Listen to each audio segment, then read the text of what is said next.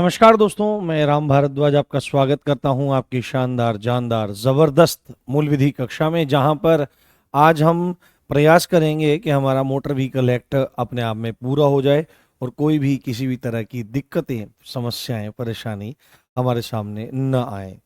तो आप जल्दी से आ जाइए, आपका स्वागत है, वंदन है, अभिनंदन है। जल्दी से दौड़े चले आइए। हाँ जी, सभी का अभिवादन जो जिस भाषा में कर रहा है। बहुत बढ़िया। सबसे पहले आज आंचल चावला आई है, जिनका कमेंट सबसे पहले, बाकी सभी के कमेंट्स आने शुरू हो गए। सभी को प्रणाम। हाँ, अभी बहुत तेज गति से कमेंट्स आपके बढ़ रहे हैं जी। हाँ, अभी तक जो चीज़ें आपको पढ़ाई जा रही हैं उसमें कोई डाउट मुझे लगता नहीं है आपको। बस डाउट उनको आ रहा है जो क्लास में मतलब देख करके संभल करके नहीं पढ़ रहे हैं और जानने का प्रयास नहीं कर रहे हैं। कल जैसे हमने देखा था कि भाई यदि कोई गाड़ी को ओवरलोड करके चलता है तो ओवरलोड करने के लिए दंड कितना है, ओवरलोड दंड करके गाड़ी लेके चलने का दंड 20,000 रुपये तो अलग लगेगा उस पर। और जितनी लोड ले जाने की, जितना वाहन माल ले जाने की या भार ले जाने की उसको परमिशन दी गई है, उससे जितना ज़्यादा क्विंटल भार ले जाता है तो प्रति क्विंटल उसको 2,000 रुपये अलग से देने पड़ेंगे। इसका हमने क्वेश्चन भी सॉल्व किए थे। और ऐसे ही यदि जितनी सवारियों के लिए उसको परमिशन दी गई है उन सवारियों से ज़्यादा यदि क्या काम करता है, ज़्यादा सवारी लेके जाता है, तो 200 रुपये प्रति अधिक सवारी वो देगा। ये चीज़ आपको ध्यान रखनी चाहिए। कल एक बच्चे ने ऐसा प्रश्न पूछा था तो मैंने फिर उनको बताया कि नहीं, ऐसा नहीं है। ठीक है, चलिए आज अपनी क्लास को हम चालू करते हैं। अगली धारा, बहुत एक एक धारा जो जो आपको पढ़ाई जा रही है अब मतलब जहां से 112 से शुरू हुई थी, 112 में आपकी स्पीड लिमिट्स को तोड़ने के संदर्भ में है, 113 आपकी लोड लिमिट्स के संदर्भ में है। ये वाली जो यहाँ से 112 से शुरू हुई ना, इनके नंबर भी आपको याद रखने हैं। बहुत अच्छे से आपको ध्यान देने वाली बात है, इनके नंबर भी आपको याद रखने हैं। आज जो हम यहाँ से शुरू करने वाले हैं, आपको पता ही है कि हमारा मोटर व्हीकल एक्ट चल रहा है, तो हम उसको यहाँ पर बार बार लिख करके समय खराब नहीं करेंगे। सीधे ही हम लिखेंगे सेक्शन 114। बहुत इंपॉर्टेंट है ना, सेक्शन 114। अच्छा, इसमें एक बात ये आ जाएगी कि जैसे हमने देखा था कि अगर कोई गाड़ी ओवरलोड होकर के चल रही है तो उसका दंड तो हमको पता लग गया था कि उसका दंड कितना लगेगा, फाइन उस पर कितना लगेगा। बट ये काम कर कौन सकता है? अब जब तक ये काम नहीं होगा कि इसको तोलो चल के, है ना, इसका वेट कराओ, तब तक ये चीज पॉसिबल नहीं है। तो वेट कराने की, भार कराने की शक्ति किसके पास है? तो इसके बारे में ही सेक्शन 114 आपका बोलता है कि इसमें आप सीधे लिखो यान तुलवाने की शक्ति। यहां पर क्या है? यान। यान यानी कि वाहन। यान मतलब कि आपका वाहन, और इसी को अंग्रेजी भाषा में कहते हैं व्हीकल। तो व्हीकल तुलवाने की शक्ति तो किसके पास है? आपको सीधे ही आपको बात बोलनी पड़ेगी कि सेक्शन 114 में व्हीकल को तुलवाने की शक्ति के संदर्भ में पावर के बारे में बात है कि किसको ये पावर है, कौन व्यक्ति ऑथोराइज है कि वह किसी व्हीकल को तुलवाने के लिए कह सकता है। तो यहां पर सीधे ही आपको एक पॉइंट बहुत अच्छे से लिख लेना है कि राज्य सरकार द्वारा राज्य सरकार द्वारा राज्य सरकार द्वारा नियुक्त राज्य सरकार द्वारा नियुक्त, नियुक्त मतलब अपॉइंटेड, है ना, अपॉइंटेड, राज्य सरकार द्वारा अपॉइंटेड एक ऐसा अधिकारी जिसको राज्य सरकार नियुक्त करती है, उस अधिकारी को ये शक्ति है। और वो कौन से विभाग का है? तो वो मोटर यान विभाग का, राज्य सरकार द्वारा नियुक्त मोटर वाहन विभाग का अधिकारी, मोटर वाहन विभाग, है ना, यानी कि यही आरटीओ इत्यादि। मोटर वाहन विभाग का कोई अधिकारी, कोई ऑफिसर ऐसा काम कर सकता है। कोई अधिकारी क्या काम कर सकता है? किसी भी वाहन को तुलवाने के संदर्भ में कह सकता है। अगर सपोज करो कोई गाड़ी जा रही है तो मोटर वाहन विभाग का अधिकारी कहेगा, हाँ भाई दिखाओ, कागज दिखाओ और लिमिट्स दिखाओ, इसकी जांच करवाओ, तुमने कितना माल इसमें भर रखा है। तो वो व्यक्ति जांच करवा सकता है। अब एक बात है, यदि कोई कहता है ठीक है साहब जांच करा लो, जो भी फालतू है उसमें आप मुझे फाइन लगा दो, मैं पे कर देता हूँ, पर बहुत सारे ऐसे होते हैं, ऐसा भला सज्जन तो कोई होता नहीं है, क्योंकि भारत में समस्याएं हैं, ठीक है, खाली सरकार की तरफ ही समस्याएं नहीं है, और भी जगह समस्याएं हैं। डिस्ट्रीब्यूटर पैसे ढंग से नहीं देना चाहता, ठीक है, एक बार का जो भाड़ा है वो ठीक से नहीं मिलता, तो वो एक ही बार में दो बार के माल को भर के लेके जाते हैं, जिससे उनके पैसे बच सकें, इत्यादि इत्यादि तमाम बात है। तो यहां पर सीधे ही एक पॉइंट आ जाएगा, सीधे ही एक पॉइंट आ जाएगा, यदि इसमें यदि अधिकारी के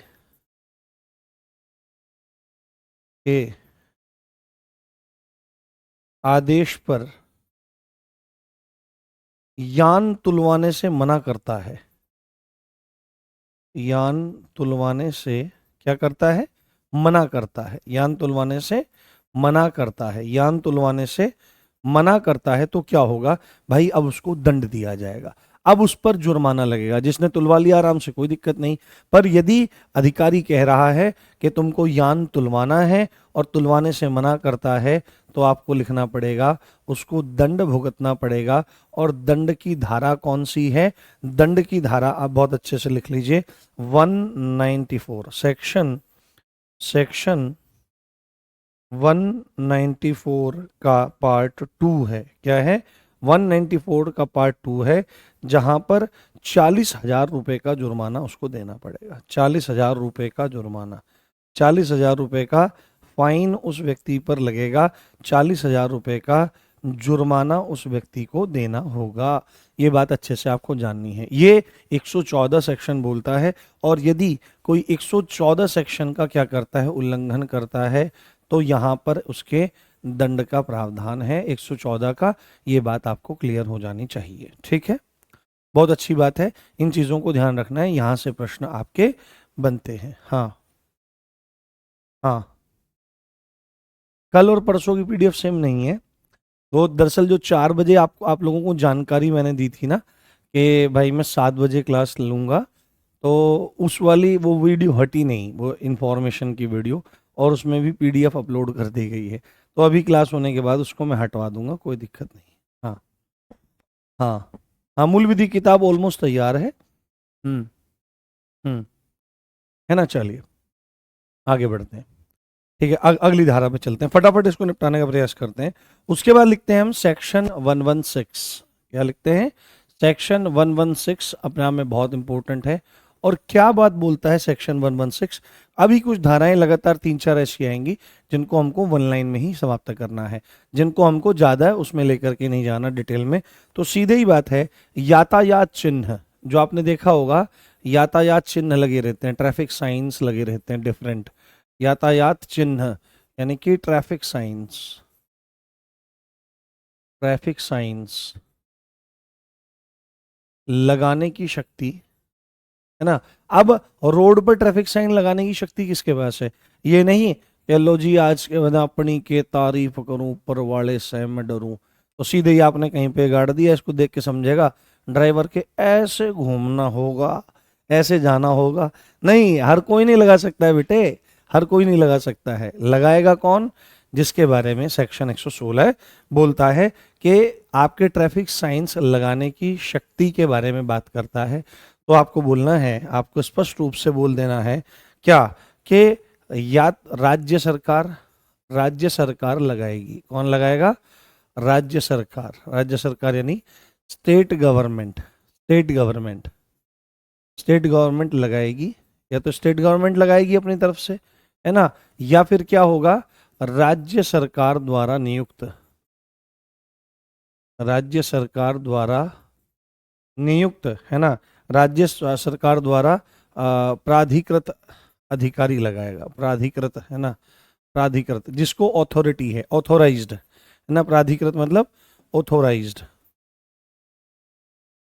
ऑथोराइज्ड, है ना, प्राधिकृत व्यक्ति लगाएगा, प्राधिकृत व्यक्ति लगाएगा, प्राधिकृत व्यक्ति लगा सकता है, या अधिकारी के संदर्भ में ये बातें लिखी जा सकती हैं। ठीक है, ये बात आपको जाननी है, ये बात आपको समझनी है। क्या कि यातायात ट्रैफिक साइंस लगा नहीं सकती, राज्य सरकार के पास है या राज्य सरकार द्वारा ऑथोराइज किसी व्यक्ति या अधिकारी के पास है, ये सेक्शन 116 आपका बोलता है। ठीक है, मैं साइड में हट जाता हूँ। आप में से काफ़ी सारे लोग कहते हैं कि हमको लिखने का अवसर नहीं मिलता, तो आप लिख लीजिए, कोई दिक्कत वाली बात नहीं है। हाँ।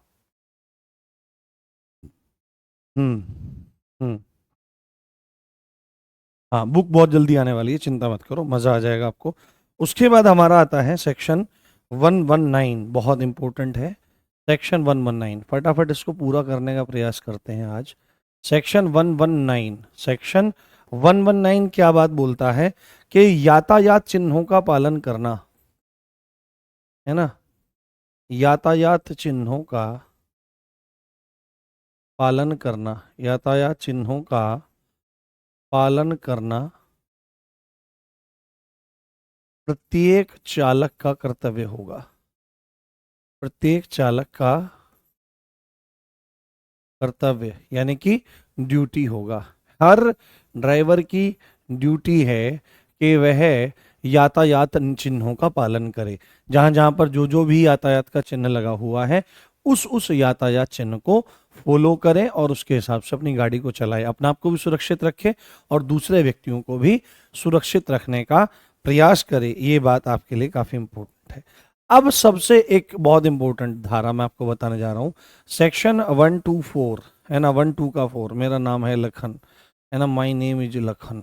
तो section 124 is most important. Section 124 बात करता है बिना टिकट या बिना पास के यात्रा करना। बिना टिकट सवारी पकड़ी जाएगी तो उसके लठ बजाया जाएगा, उसका इलाज होगा। हाँ। हाँ, पहलगाम के बारे में बोलेंगे, बोलेंगे बेटा। हाँ, अभी पढ़िए। सर आज आप सोचते हैं अरे मेरे स्वास्थ्य कल से गड़बड़ है ना, एक तो मेरा गला, और थोड़ा सा एक दो दिन से शरीर में थोड़ी हरकत सी है, पेट ठीक नहीं है हमारा दरअसल। अभी कुछ समय पहले पे वो इन्फेक्शन हुआ था बहुत ज़्यादा, वायरल इन्फेक्शन हुआ था गले में। तो उसके लिए क्या हुआ, उसके लिए मैंने एंटीबायोटिक्स खाए बहुत ज़्यादा, 7-8 दिन तक, हालांकि इतने दिन खाना नहीं चाहिए। उसके कारण पेट जो बिल्कुल स्वस्थ एकदम अच्छे से क्लियर होता था सुबह, वो अभी नहीं हो रहा है। तो जब पेट ठीक नहीं होगा तो पढ़ने पढ़ाने इत्यादि में वो सुस्ती रहती है, उतनी ज़्यादा अच्छा नहीं रहता है। अभी कुछ ज़्यादा स्थिति खराब है। तो सेक्शन 124 किस बारे में बात करता है? सेक्शन 124 बात करता है पास या टिकट के बिना, पास या टिकट के बिना, टिकट के बिना यात्रा करने की मनाही। यात्रा, है ना, यात्रा करने की मनाही, यात्रा करने की मनाही, कि पास और टिकट के बिना आप यात्रा नहीं कर सकते हैं। तो सीधे ही इसमें लिखा जा रहा है कि कोई व्यक्ति पास या टिकट के बिना यात्रा नहीं करेगा, यात्रा नहीं करेगा। और यदि ऐसा करते हुए पाया जाता है तो भाई साहब इसका दंड जो है, इसका जो दंड है, इसका जो पनिशमेंट है, वो पनिशमेंट आप देख लीजिए। वो पनिशमेंट आपका है सेक्शन 178 में। किसमें? सेक्शन 178 में वह प्रावधान किया गया है कि यदि कोई व्यक्ति बिना पास के या बिना टिकट के यात्रा करता हुआ पाया जाता है तो उस पर फाइन लगेगा, उस पर जुर्माना लगेगा। कितना? 500 रुपए का। कितने का? उस पर फाइन या जुर्माना लगेगा कितना? 500 रुपीज का। कितने का? 500 रुपीज का। ये सेक्शन 124 बोलता है। 124 मना करता है कि बिना यात्रा और बिना पास के कोई, बिना टिकट या बिना पास के कोई यात्रा नहीं करेगा। और यदि कोई ऐसा करता है तो सेक्शन 178 के अकॉर्डिंग उसको 500 रुपए का जुर्माना भरना पड़ेगा। Is that clear? कोई दिक्कत, कोई समस्या तो नहीं है मेरे बच्चों? हाँ। हाँ, शादी में ज़्यादा खा लिया था। शादी? अरे कहाँ शादी भाई, अरे भाई चिट्ठी नहीं आई है बहुत दिन से कहीं से। नहीं वैसे तो मैं ठीक हूँ, थोड़ा सा मन भी उदास है, थोड़ा शरीर ठीक नहीं है, क्योंकि देखो आपके साथ भी ऐसा होता होगा कि जब हम किसी लक्ष्य को प्राप्त करने के लिए आगे बढ़ते हैं तो उस मार्ग में समस्याएं आती हैं, जैसे आपको आती होगी कुछ चीज़ समझ में नहीं आ रही है, पढ़ने का मन नहीं कर रहा है, हो नहीं रही हैं चीज़ें, तो ऐसे में मन उदास होता है। ऐसे ही हमारे साथ भी है। आपका लक्ष्य दरोगा बनना है, हमारा लक्ष्य भी ऐसे कुछ है। तो जब समय बीतता जाता है और लक्ष्य की पास भी नहीं दिखाई देते, तब उदासी बहुत आती है। तो कुछ कुछ ऐसी चीज़ें भी हैं और कुछ अलग चीज़ें। चलिए फटाफट आगे, दबा करके, मज़ा आ रहा होगा आपको, कोई बात नहीं, आज मैं तुमको कुछ सुनाऊंगा चलते हुए, मज़ा आ जाएगा तुमको। उसके बाद अगला सेक्शन जो है वो बहुत इंपॉर्टेंट है, सेक्शन 128 है ना, इसको भी आप मोस्ट इम्पोर्टेंट की श्रेणी में रखें। देखो क्या चीज़ है, जब भी आप मोटरसाइकिल पे चलोगे तो उसके लिए है ना, आप अगर टू व्हीलर पे चलोगे तो टू व्हीलर के लिए क्या चीज़ है, हाँ, टू व्हीलर के लिए क्या चीज़ है कि आपको हेलमेट लगाना ज़रूरी है। हेलमेट के लिए एक शब्द और प्रयोग किया जाता है तकनीकी रूप से, जो पेपर में भी पूछा गया है, हेड गियर। क्या? हेड गियर, सिर पे रखने का टोप है ना, एक सुरक्षात्मक टोप भी कहा जाता है। तो हेड गियर के बारे में बात है। और कार में क्या होता है, सुरक्षा बेल्ट लगाई जाती है, सेफ्टी बेल्ट लगाई जाती है। तो यहाँ पर उसी के संदर्भ में बात है कि सुरक्षा बेल्ट नहीं लगाने पर क्या होगा। ठीक है, तो आप सीधे ही यहाँ पर लिखिए, सीधे ही यहाँ पर लिखने का प्रयास करिए कि सुरक्षा के लिए, सुरक्षा के लिए सुरक्षात्मक सुरक्षात्मक बेल्ट का लगाया जाना, सुरक्षात्मक बेल्ट का लगाया जाना है ना, लगाया जाना ज़रूरी है, ऐसा करना ज़रूरी है। यानी कि सीधे ये एक बात बोल रहा है कि भाई जो आपकी सीट बेल्ट है, सीट बेल्ट लगाना आवश्यक है, सीट बेल्ट लगाना आपका आवश्यक है। यदि सीट बेल्ट आप नहीं लगाओगे तो उसके लिए यहाँ पर दंड का प्रावधान भी आपका स्पष्ट रूप से है। इसका पनिशमेंट आपको कौन सी धारा बोलती है, तो पनिशमेंट आपका बोल रही है सेक्शन 194 का बी। हमने 194 का ए पढ़ा था, हमने 194 का 2 पढ़ लिया, हमने 194 का बी पढ़ रहे हैं। अब आप देखो खाली एक धारा नहीं, एक के साथ में दो दो धाराएं चल रही हैं, और आपको लगता होगा कि काम बहुत कम हो रहा है, काम बहुत ज़बरदस्त तरीके खिंच रहा है। आप देखो कुल मिला के 217 ही धाराएं हैं और हम कहाँ पे आ गए हैं, 194 बी तक भी चल रहे हैं, इधर 198।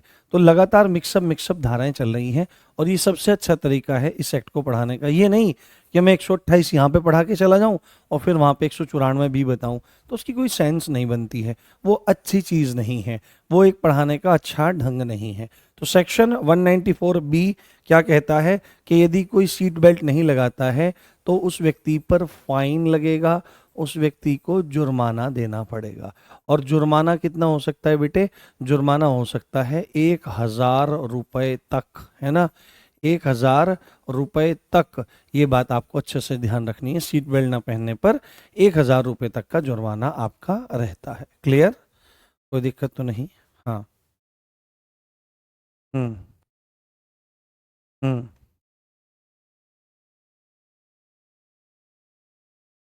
हम्म। हम्म। ठीक है, ओके, क्लियर। एक एक धारा आपके लिए बहुत ज़रूरी है, एक एक धारा आपके लिए बहुत ज़्यादा इंपॉर्टेंट है। अब अगली धारा इससे भी ज़्यादा इंपॉर्टेंट है, क्योंकि वहाँ से डायरेक्टली क्वेश्चन पूछा गया है। यह आपका मोस्ट मोस्ट इम्पोर्टेंट सेक्शन है, सेक्शन 129, जो सीधे ही बात करता है हेलमेट पहनने को लेकर। हेलमेट, हेलमेट, हेलमेट को क्या कहा जाता है? आपका हेड गियर भी कहा जाता है, हेड गियर, हेड गियर भी कहा जाता है, या इसको सुरक्षात्मक टोप भी कहा जाता है। क्या होता है? सुरक्षात्मक टोप भी कहा जाता है। लगाने की अनिवार्यता, है ना, लगाने की अनिवार्यता, लगाने की अनिवार्यता, ठीक है, लगाने की अनिवार्यता कि अगर कोई व्यक्ति हेलमेट नहीं लगाता तो उसके लिए बिल्कुल स्पष्ट रूप से बोल रही है ये सेक्शन आपका मोटर व्हीकल एक्ट का 129 कि भाई हेलमेट या जिसको हेड गियर भी कहा जाता है या जिसको सुरक्षात्मक टोप भी कहा जाता है, वो आपको लगाना पड़ेगा। You have to wear it when while you are riding the two wheeler, either it is Bullet और अदर व्हीकल्स। ये चीज़ आपको बहुत अच्छे से ध्यान रखनी है। हाँ हाँ हाँ, बहुत बढ़िया, इंदौर से क्लास लेना है, बहुत बढ़िया मेरे प्यारे बच्चे। तो सीधे यहाँ पर एक एक पॉइंट जो यहाँ से सबसे ज़्यादा पूछा गया है, यहाँ पर जो सबसे इम्पोर्टेंट पॉइंट पूछा गया है, वो एक बात पूछी गई है।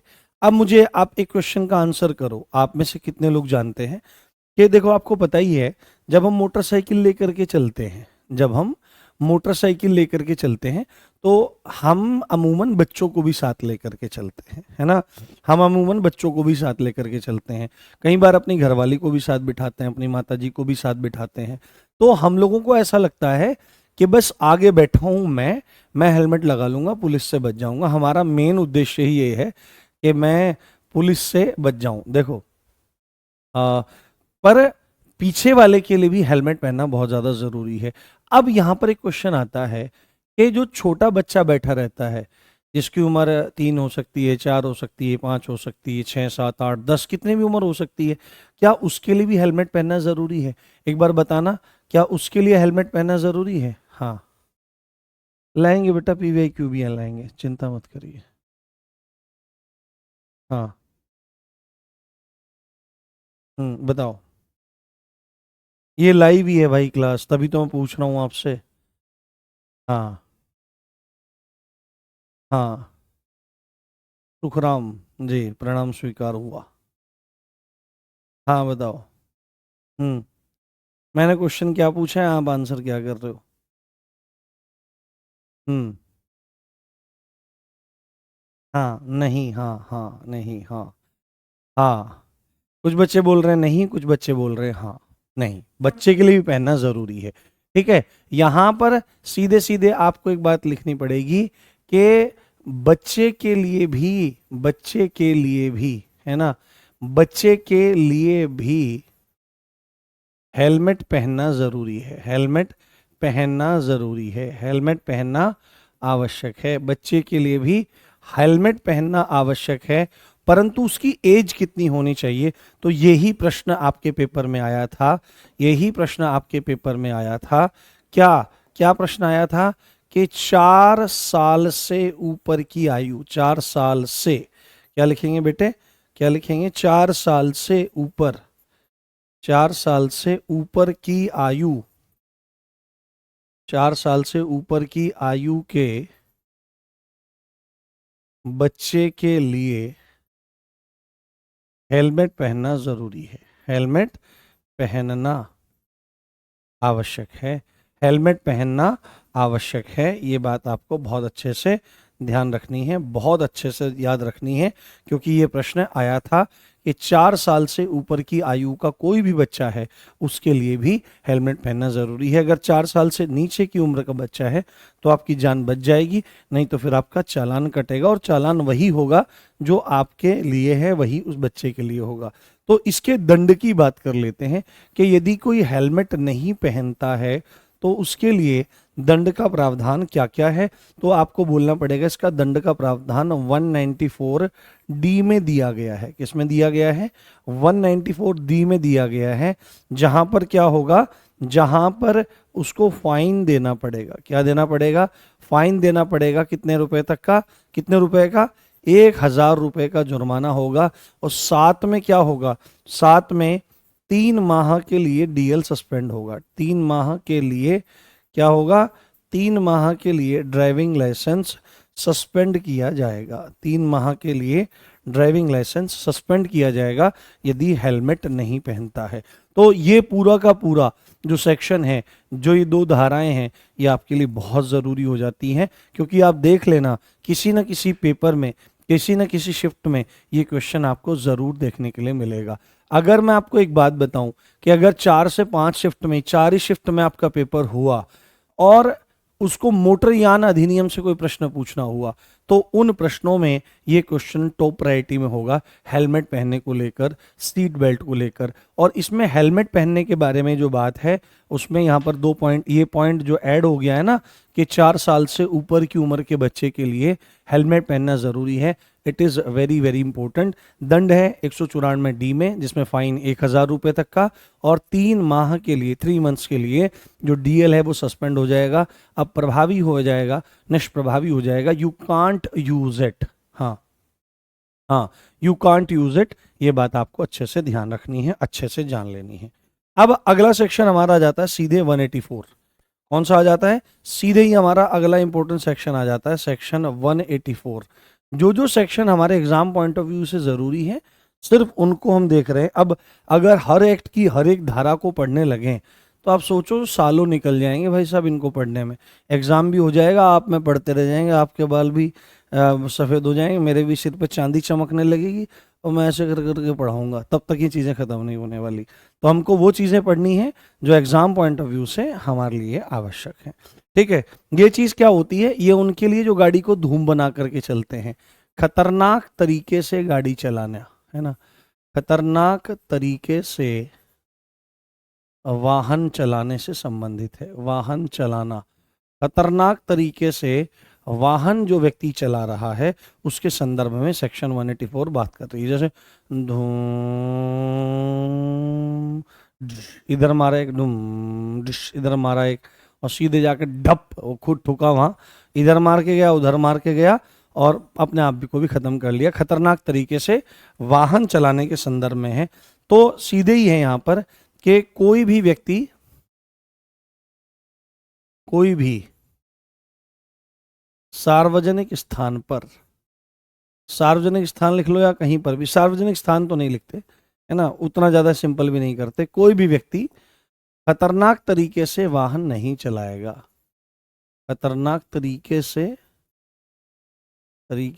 वाहन नहीं चलाएगा। खतरनाक तरीके से वाहन नहीं चलाएगा, ये बात आपको बहुत अच्छे से ध्यान रखनी है। यदि नहीं मानता, यदि कहता है नहीं हम तो धूम बना देंगे, हम तो छोड़ेंगे नहीं, तो उसके दंड का प्रावधान जो कर रहा है वो इसी सेक्शन के अंतर्गत है, 184 के अंतर्गत है, कि आपका पहली बार यदि पकड़ा जाता है ऐसा करते हुए, पहली बार पकड़ा जाता है, पहली बार यदि ऐसा करते हुए पकड़ा जाता है तो सबसे पहले जेल हो सकती है ना, क्या हो सकती है? जेल हो सकती है, जेल हो सकती है 1 साल तक की,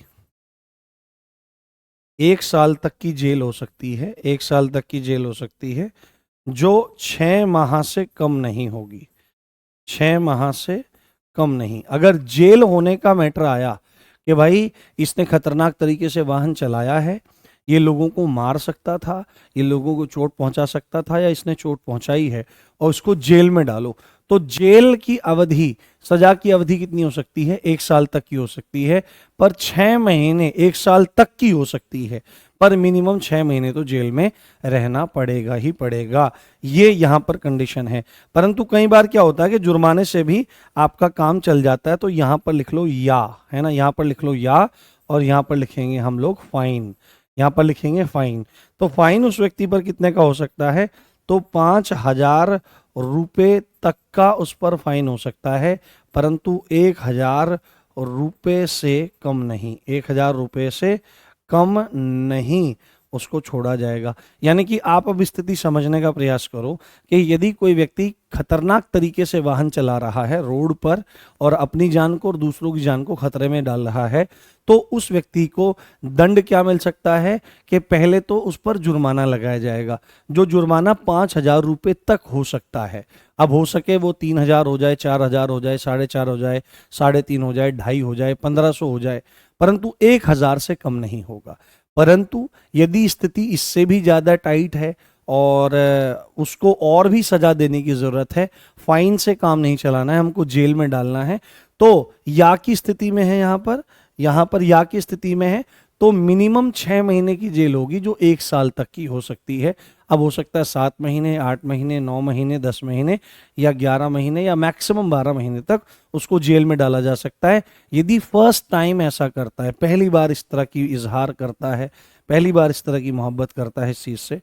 अब ये बात है कि उसको समझा दिया गया है कि भाई तुम ऐसा मत करो, दूसरी बार ऐसा मत करना, या बार बार ऐसा मत करना। वो कहता है अरे भाई 5,000 रुपए क्या है तेरे भाई के लिए, अपन तो दे देंगे, तो गाड़ी चलाएंगे ऐसे ही, कोई दिक्कत वाली बात नहीं है। तो फिर सीधे ही इसमें हमारा पॉइंट आएगा, सीधे ही हमारा इसमें पॉइंट आएगा कि दूसरी बार या बार बार ऐसा करते हुए पकड़ा जाता है, पश्चातवर्ती कहते हैं इसको, दूसरी बार या बार बार ऐसा करते हुए पकड़ा जाता है प्रिय बंधु, तो अब इलाज थोड़ा सा टाइट होगा। ठीक है, अब इलाज थोड़ा सा टाइट होगा, है ना। अब इलाज थोड़ा सा टाइट होगा जिसमें जो जेल है ना, जो जेल है वो भाई को हो सकती है 2 साल तक की, है ना, वो हो सकती है 2 साल तक की। अब इसमें मिनिमम कुछ नहीं बताया गया है कि मिनिमम 6 महीने या मिनिमम साल भर, नहीं, जितना भी कोर्ट चाहे उतनी जेल उसको कर सकता है, 6 महीने, साल भर, 1.5 साल, जितना भी करना चाहे, पर मैक्सिमम 2 साल तक की जेल हो सकती है। और साथ में एक चीज है, या के संदर्भ में यहां पर बात आ रही है ना, या के संदर्भ में यहां पर बात आ रही है, या, है ना, या के संदर्भ में बात आ रही है, या के संदर्भ में बात आएगी तो फाइन उस व्यक्ति पर होगा, कितना होगा, फाइन उस व्यक्ति पर होगा जो 10,000 रुपए का हो सकता है। कितने का हो सकता है, 10,000 रुपए, 10,000 रुपए का फाइन हो सकता है, यहाँ पर मिनिमम की कोई बात नहीं है। ठीक है, तो जहां पर ऐसी स्थिति होती है कि जेल होनी होती है या फाइन होना होता है, तो वहां पर दोनों में से कोई एक भी हो जाता है, और दोनों भी हो सकते हैं। ठीक है, दोनों भी हो सकते हैं, दोनों भी हो सकते हैं, दोनों भी हो सकते हैं। ये बात आप बहुत अच्छे से ध्यान रखिए, बहुत अच्छे से समझिए, यहां भी ये कंडीशन है कि दोनों भी आपके हो सकते हैं। एक चीज है कि पहले और दूसरे अपराध के बीच में यदि 3 साल का अंतर है ना, 3 साल के भीतर भीतर ये काम करता है, तो फिर चीजें और भी ज्यादा भयावह हो सकती हैं, और भी ज्यादा टाइट रूप से दंड दिया जा सकता है उसको। तो 184 थोड़ी सी लेंदी था, इसको बताने का प्रयास मैंने आपके सामने किया। ठीक जी।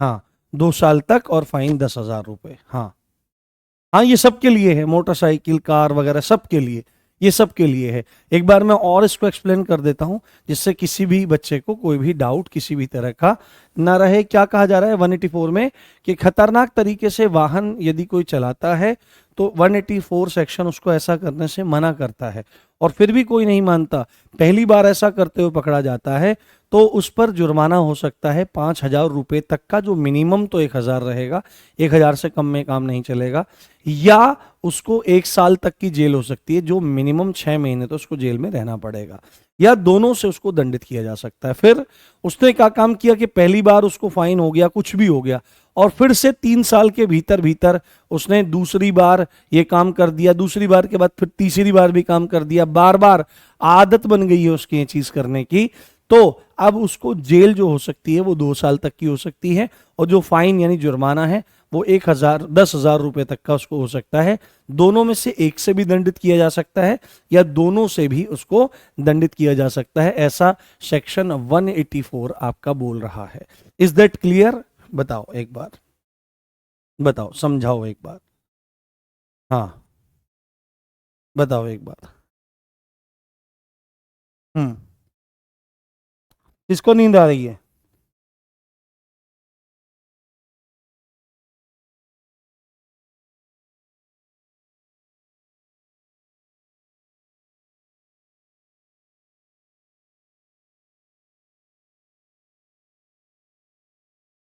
कोई बच्चा पूछ रहा है कितने कैंडिडेट लाइव हैं, हजारों में हैं। हम्म,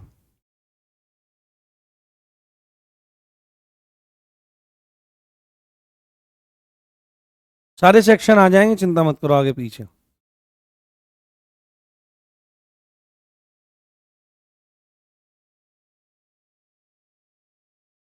हम्म, चलिए, बहुत बढ़िया, बहुत अच्छा, बहुत बढ़िया। ठीक है, तो 184 हमारा हो गया है, अब अगली धारा जो है उसको हम देखते हैं, उसको हम समझने का प्रयास करते हैं। अगला जो हमारा सेक्शन है वो है हमारा सेक्शन 185। सेक्शन है हमारा 185 जो बात करता है किस संदर्भ में, जो बात करता है हमारा नशे में वाहन चलाना, नशे में, है ना, ड्रिंक एंड ड्राइव। तो काफी इंपॉर्टेंट है आपके लिए, ठीक है ना। ज्यादातर यंग जनरेशन खूब नशे कर रही है, आपकी जो जनरेशन है, हमारी जो जनरेशन है, खूब। और एक बात बताऊं, अपने आप को शिक्षक कहने वाले लोग ऑनलाइन ऑफलाइन, जिनके अंदर नैतिक मूल्यों का भंडार होना चाहिए, वो क्या काम करते हैं, उनके अंदर सारे दोष हैं, बहुत सारी बड़ी मात्रा में। सब शिक्षक ऐसे नहीं है, पर अधिकतम संख्या ऐसी ही है। पार्टीज करते हैं, पार्टीज करने का मतलब है शराब पी करके धुत पड़े रहते हैं। यहाँ की स्पेसिफिक बात नहीं कर रहा हूँ, पूरे जगत की, पूरे जान की बात कर रहा हूँ, ऑनलाइन ऑफलाइन। ऐसे टीचर भी हैं जो स्कूल में ले जाते हैं, बोतल गाड़ देते हैं कि हाँ आज पियेंगे, ठीक है। और सबसे बड़ी बात यह है कि युवावस्था में रहने वाले जो शिक्षक हैं, जो युवावस्था में हैं, 25 से 30 साल, 35 साल, 40 साल के आसपास तक की अवस्था में है, वो बच्चों को चरित्रहीन बना रहे हैं। क्या करते हैं, उन छोटे छोटे बच्चों को, 9वीं 10वीं कक्षा के बच्चों को, थोड़े बड़े हो जाते हैं 11वीं 12वीं कक्षा के बच्चों को, बच्चियों को अनैतिक यौन संबंध उनके साथ में स्थापित करते हैं। और उनकी ऐसी दशा कई बार हो जाती है, बालकों को सुख मिलने लगता है, बालिकाओं को सुख मिलने लगता है इस यौन क्रीड़ा में, तो वो फिर बस उनका पतन हो जाता है। ऐसी घटना मेरे सामने आई थी, मेरा मन करे मैं पता नहीं क्या कर दूं ऐसे शिक्षक के साथ में। आपने एक चीज़ बहुत देखी होगी कि कहीं भी लड़की ट्यूशन पढ़ने आती है और क्या रहता है कि मास्टर जी पर ही क्रश हो जाता है, ठीक है, या उल्टा हो जाता है कि बच्चा लड़का कोई है तो मैडम पर क्रश हो जाता है।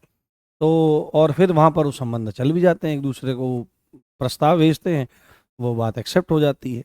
तो जिस दिन ये चीज़ एक्सेप्ट होती है उस दिन एक भयावह सच सामने आता है, क्योंकि पड़े ही गुरु शिष्य का संबंध रक्त का संबंध नहीं है, परंतु गुरु शिष्य का संबंध पवित्रतम संबंध होता है। गुरु आयु में कितना भी बड़ा या छोटा हो, उसके सामने बैठने वाला व्यक्ति, उसके सामने बैठने वाला बालक उसके खुद के बायोलॉजिकल सन और डॉटर के बराबर होता है। अगर सामने बैठ करके कोई लड़की पढ़ रही है तो वह कमनीय वस्तु का विषय नहीं है, वो बेटी लाड़ दुलार करने के योग्य है, और बेटा लाड़ दुलार पुचकारने के योग्य है। इतना ममता, इतनी वात्सल्य गुरुओं में होनी चाहिए, ना कि उनके साथ में अफेयर चला करके विवाह कर लेना चाहिए। तो नशे में, हाँ, तो नशा बहुत कर रहे हैं, तो ये विवेकहीनता इसीलिए शिक्षक वर्ग में आ रही है। नशे में वाहन चलाना, नशे में वाहन चलाना। मैं आपको एक ये बात बता रहा हूँ, तो जब मैं ऑफलाइन पढ़ाता था, है ना, जब मैं ऑफलाइन पढ़ाता था तो हमारे पास बहुत प्रस्ताव आते थे ऐसे, बहुत प्रस्ताव आते थे ऐसे कि आप हमसे बात कर लीजिए। तो या तो फिर मैंने वो कोचिंग ही छोड़ दी है जब मैं पढ़ाता था, या मैंने फिर बच्चे को ही बाहर कर दिया। ये दो चीज़ें मैंने करी। और आप सोचो कि अन्यत्र मतलब चीज़ें वैसी नहीं हो पाती हैं, तो ये बात विशेष ध्यान रखनी चाहिए। ड्रिंक एंड ड्राइव कभी आप भी पढ़ाएं तो बच्चों की तरह से पालें। हाँ, drink and drive, drink and drive, हाँ, नशे में वाहन चलाना, ड्रिंक एंड ड्राइव। तो नशे में यदि कोई वाहन चलाता है तो उसका, नशे में जो रहता है, नशे में यदि कोई व्यक्ति रहता है तो उसको मत्त व्यक्ति कहते हैं। क्या कहते हैं? मत्त व्यक्ति कहा जाता है। मत्त व्यक्ति, नशे में रहने वाला व्यक्ति, मत्त व्यक्ति, नशे में रहने वाला व्यक्ति, नशे में रहने वाला जो पर्सन है उसको मत्त व्यक्ति कहते हैं। मत्त क्यों, कैसे हो जाता है? वो पहले तो ठीक ठाक खड़ा रहता है और फिर उसके बाद और पी करके फिर जब सीधा चल रहा था अभी ऐसे चलने लगता है। अरे गाड़ी की चाबी कहाँ है हमारी, अरे कहाँ है गाड़ी की चाबी ना, वो फिर मत मतलब मस्त हो जाता है पूरा। हाँ, अरे समझ में आ रही है मौलवी क्लास तुमको, क्योंकि आपके मस्तिष्क पर इसका प्रभाव पड़ता है, ठीक है। तो सीधे ही, हाँ हाँ, सीधे, अरे तुमको क्या पता हम कितनी बढ़िया पढ़ाते हैं ना, तभी तो वो सीधे बोला है ज्यादा नेता मत हट, गाड़ी चला निकल। तो उन्होंने टेस्ट करा, है ना, यहाँ पर ड्रिंक एंड ड्राइव कर रहा है, गाड़ी चला रहा है, तो यहाँ पर उस व्यक्ति के लिए दंड का प्रावधान भी है, इसी धारा में दंड का प्रावधान भी है। यदि पहली बार ऐसा करते हुए पकड़ा जाता है तो बोले सर मैंने तो पी नहीं रखी है, मैं कैसे, अरे चुप, तो बेवकूफ वाली बातें मत कर। तो उस व्यक्ति पर फाइन हो सकता है ना, पहली बार यदि ऐसा कर रहा है तो उस व्यक्ति पर फाइन हो सकता है 10,000 रुपए तक का। 10,000 रुपए का, या क्या हो सकता है, या देवता जी को जेल हो सकती है। देवता तो नहीं तो राक्षस है, देवता तो शराब नहीं पीते, देवता तो शराब नहीं पीते, वो तो सोमरस का पान करते हैं। सोमरस को सोचते हैं लोग शराब होती नहीं। सुरा कौन पीते हैं, राक्षस सुरा पीते हैं, राक्षस सुरा पीते हैं। तो फाइन 10,000 रुपए का है, और या फिर उस व्यक्ति को जेल होगी, और जेल कितनी हो सकती है, 6 माह तक की जेल उस व्यक्ति को हो सकती है, या दोनों से उसको दंडित किया जा सकता है। क्या हो सकता है, उसको दोनों से दंडित किया जा सकता है, दोनों से उस व्यक्ति को दंडित किया जा सकता है। यदि पहली बार ऐसा करता है तो ये दंड उसको मिल सकते हैं, इन चीजों से उसको दंडित किया जा सकता है। समझ में आ रही है बात? हाँ,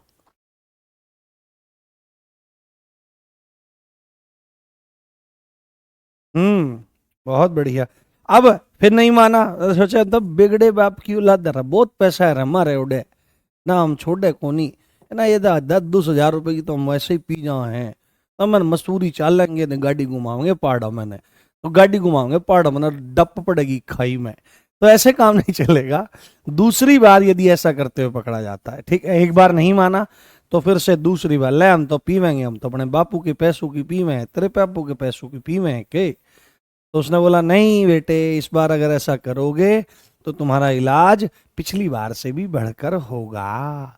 ये बात ध्यान से सुननी है। तो इस बार यदि ऐसा करोगे तो फाइन जो होगा, तो फाइन 15,000 रुपए का होगा। कितना? 15,000 रुपए का होगा। या की स्थिति में जो जेल होगी, जो जेल होगी वो 2 साल तक की हो सकती है। क्या हो सकती है? 2 साल तक की हो सकती है, या सीधे ही लिखे दोनों से भी दंडित किया जा सकता है यदि नशे की हालत में ऐसा कार्य कर रहे हो। तो don't mix drink and drive. वैसे तो डोंट टेक ड्रिंक्स, है ना, कोई जरूरत नहीं है। और मैं सच्ची बात बताता हूँ, अपना अनुभव बताता हूँ मैं, यद्यपि मैं चाय कॉफी इत्यादि नहीं लेता, परंतु एक एक अजीब सी आदत है मुझे, क्योंकि मैं और कुछ खाता पीता नहीं हूँ, कुछ नहीं, ठीक है। तो मुझे कोल्ड ड्रिंक्स बहुत अच्छे लगते हैं, क्योंकि मेरे बाबा जी ने मुझे बचपन से पिलाए हैं। तो एक थम्स अप आती है, बड़ी प्यारी लगती है भाई, वो नकली भी बनती है आजकल, तो नकली भी बनने लगी है, टेस्ट पी करके पता लग जाता है।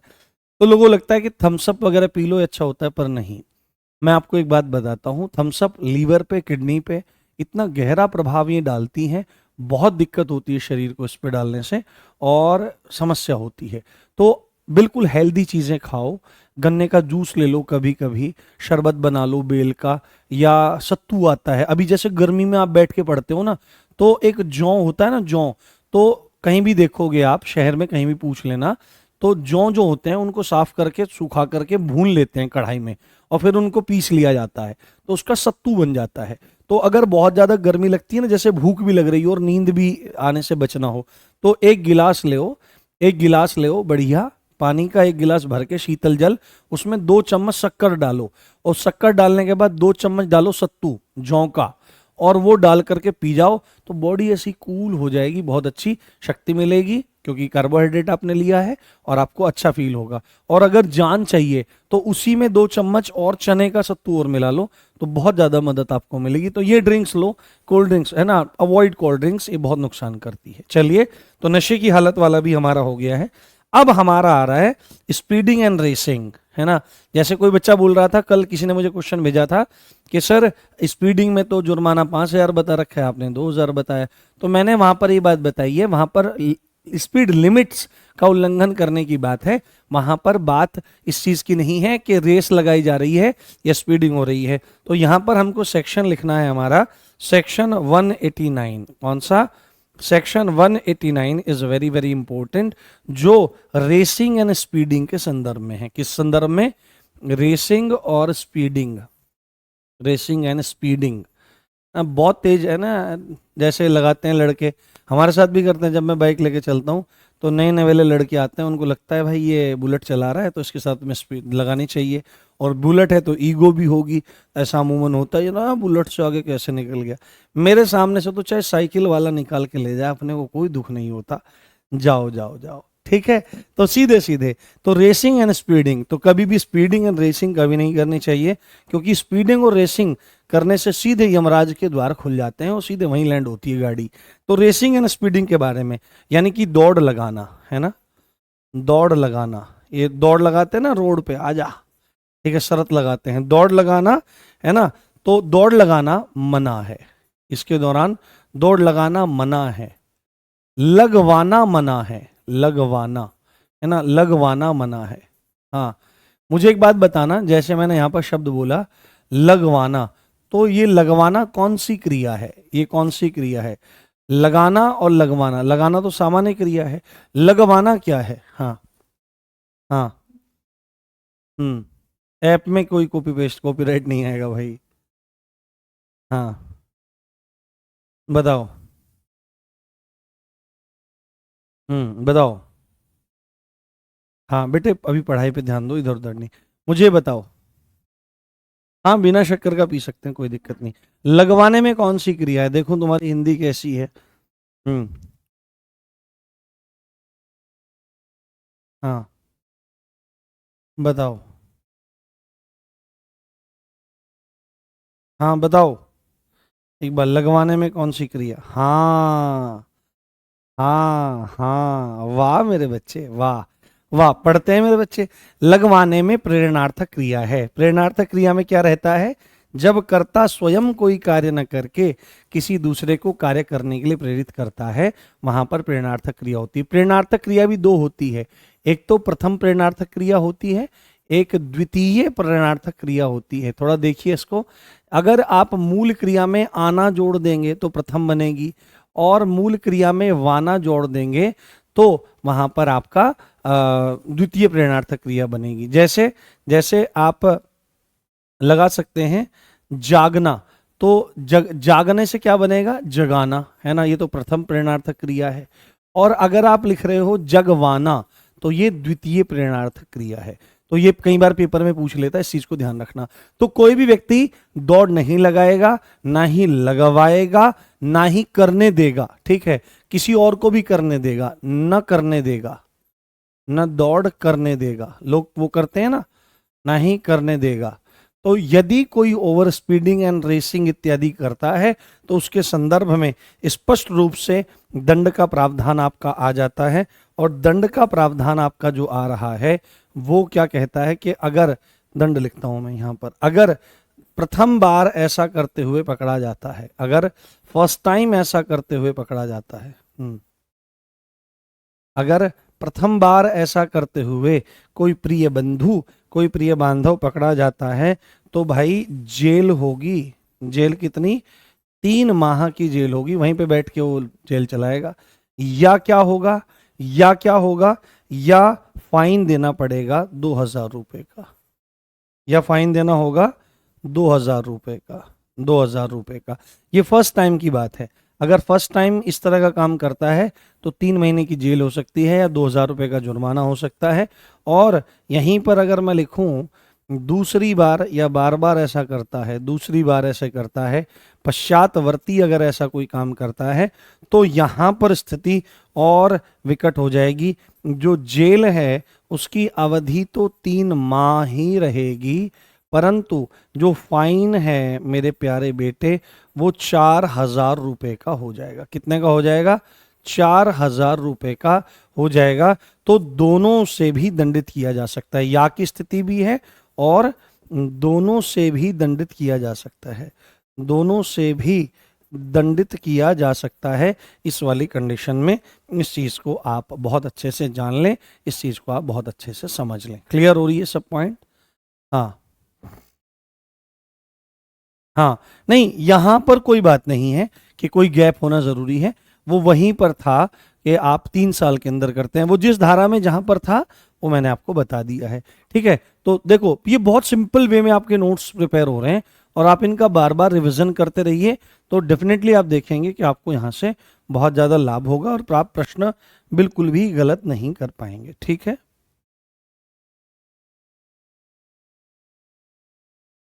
हाँ। हम्म। अच्छा, देखो देखो यहाँ पर क्या बात आई है। हाँ, कोई कोई कमेंट कर कह रहा है कि हिंदी के 3 टीचर हैं, आप अपना सब्जेक्ट पढ़ाइए। जी हजूर आला, जो आप कहें, मैं तो आपका नौकर हूँ। ठीक है, ये एटीट्यूड है आपका टीचर्स के प्रति। अगर टीचर्स कुछ अगर छोटी चीज़ सिखाना चाहते हैं, मैं तो हिंदी का भी टीचर हूँ, मैं जीएस का भी टीचर हूँ, मैं हिंदी साहित्य का भी टीचर हूँ, मैं हिंदी व्याकरण का भी टीचर हूँ, मैं जियो पॉलिटिकल इशूज़ भी पढ़ाता हूँ। बताओ अब क्या पढ़ना है तुम्हें? हल्के में मत लेना, गुरुजनों ने बहुत कुछ सिखा रखा है हमको। ठीक है, एक धारा मैं यहीं पर ऐड कर देता हूँ, एक धारा मैं यहीं पर ऐड कर देता हूँ, उसको आप फटाफट लिख लीजिए। 146, एक धारा मैं यहीं पर ऐड कर लेता हूँ। ये सीधे ही आपसे पूछ लेगा कि बिना बीमा वाहन चलाना, है ना, बिना बीमा वाहन चलाना अपराध है ना, बिना बीमा वाहन चलाना अपराध है। बस इतनी बात याद रख लीजिए, बिना बीमा वाहन चलाना अपराध है, बिना बीमा वाहन चलाना अपराध है। ये पॉइंट 146 में है। सीधे ही पूछेगा कि बिना बीमा वाहन चलाने की मनाही कहाँ पर है, तो बिना बीमा वाहन चलाने की मनाही आपकी 146 में दी गई है। ठीक है, चलिए तो आज हम लोग यहीं रख लेते हैं, फिर ये कल ही हमारा कंप्लीट हो पाएगा, कल ये 100% कंप्लीट हो जाएगा। हाँ। हम्म। हम्म। हम्म। हाँ।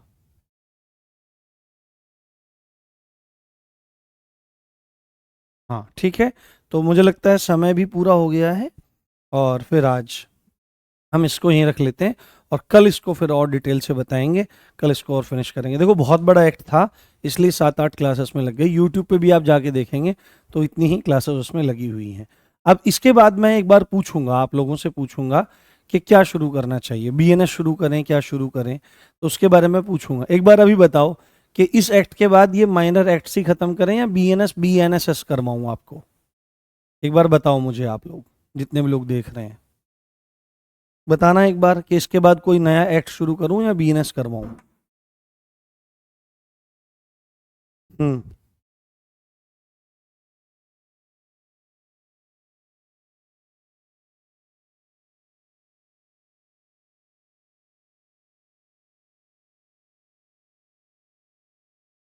शक्कर क्या होता है? गुड़ की वैन होती है, शक्कर होती है, वो लाल लाल होती है जो। हाँ, पहलगाम के बारे में भी कुछ शब्द बोलता हूं मैं। देखो, आपको पता ही है। हाँ, क्या प्रश्न आ रहा है?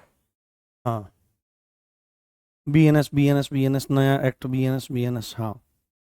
हम्म।